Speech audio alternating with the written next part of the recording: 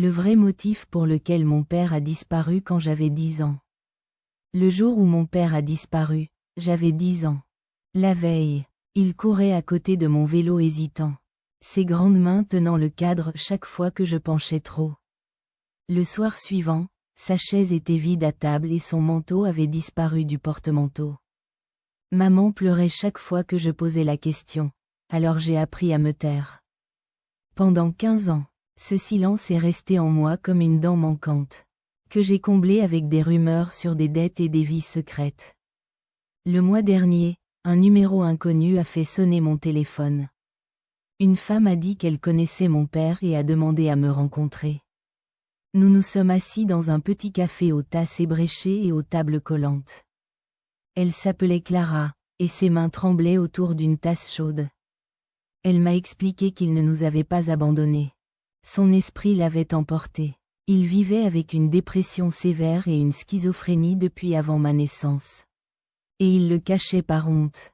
Une nuit, il a erré dans la rue lors d'une crise si profonde qu'il ne pouvait plus parler. La police l'a emmené à l'hôpital, puis en soins de longue durée. Maman nous l'a caché, pensant nous protéger, jusqu'à ce que le secret devienne un mur. Clara a glissé une boîte à chaussures sur la table, remplie de lettres qu'il avait écrites pour moi et ma sœur, mais jamais envoyées.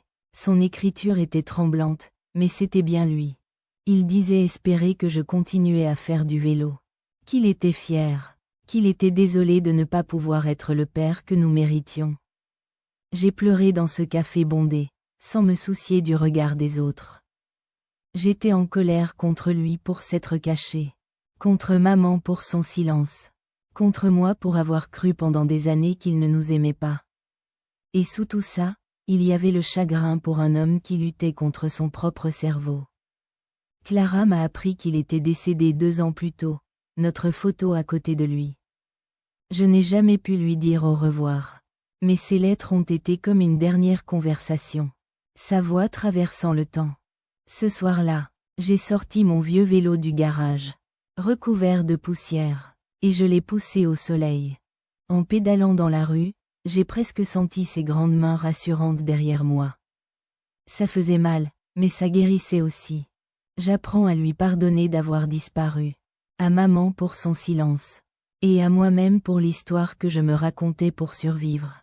Si vous avez grandi avec un vide en forme de parent, j'espère que vous trouverez un jour une réponse qui vous fera respirer à nouveau.